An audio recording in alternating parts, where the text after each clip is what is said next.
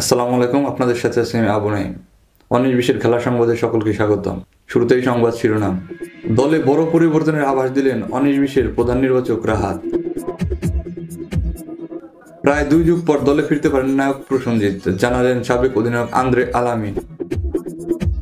দলের প্রধান বোলার সোহাগ বিদেশে পাড়ি জমানোর কারণে কপালে চিন্তার ভাঁজ হেড কোচ সোয়াদের। এবং প্রথমবারের মতো দেখা যেতে পারে কোনো কোচকে খেলোয়াড়ের ভূমিকায়। এবারে বিস্তারিত। দলে আসছে বড় পরিবর্তন এবং নিঃসন্দেহে চ্যাম্পিয়ন হওয়ার দাবি 19-20 প্রধান নির্বাচক রাহাতের কণ্ঠে। এবার আমাদের দলে থাকছে বিশাল পরিবর্তন।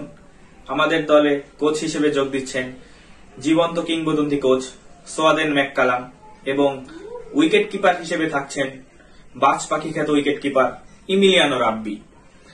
আরো থাকছে ব্যাটসম্যান হিসেবে আন্দ্রে আলামিন। নিঃসন্দেহে এবার আমরা চ্যাম্পিয়ন টিম। নতুন অধিনায়কের নাম প্রকাশ এবং প্রায় 2 যুগ পর দলে ফিরতে পারেন নায়ক প্রসেনজিৎ, জানালেন সাবেক অধিনায়ক আন্দ্রে আলামিন। আমাদের কোচ জীবন্ত কিংবদন্তি সোয়াদ, তার নির্দেশনায় এবং আমাদের খেলোয়াড়দের নির্দেশনায় নতুন অধিনায়ক ঘোষণা করছি। আমাদের নতুন অধিনায়ক হচ্ছে মাহিন। কয়েক যুগ আগে হারিয়েও যাওয়া প্রসেনজিৎ নায়ক নামের প্লেয়ার, তো তাকে আবার দলে ফেরানো হওয়ার ব্যাপারে কথাবার্তা চলতেছে, আমরা তাকেও দলে ফেরাতে পারি। স্পিড স্টার সোহাগকে ছাড়া টিম সাজাতে চিন্তিত হেড কোচ সোয়াদ।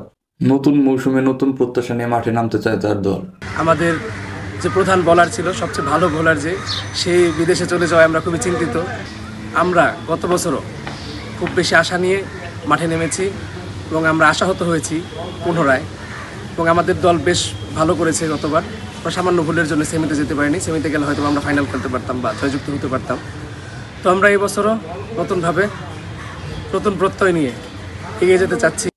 ক্রিকেট ইতিহাসে প্রথমবারের মতো কোনো কোচকে দেখা যেতে পারে খেলোয়াড়ের ভূমিকায়। তো দলে অনেক বড় পরিবর্তন এসেছে, সেক্ষেত্রে আমারও হয়তো বা খেলোয়াড়ের ভূমিকা পালন করতে হতে পারে। ইতিহাসে প্রথমবার কোচ খেলতেও পারে। আমাদের দল ইনশাআল্লাহ এবার জয়যুক্ত হবে, চ্যাম্পিয়ন হবে, এটাই প্রত্যয়। ধন্যবাদ সবাই। এতক্ষণ সাথে থাকার জন্য সকলকে ধন্যবাদ। সেই সাথে পরবর্তী সংবাদ দেখার জন্য আমন্ত্রণ রইল। আল্লাহ হাফেজ।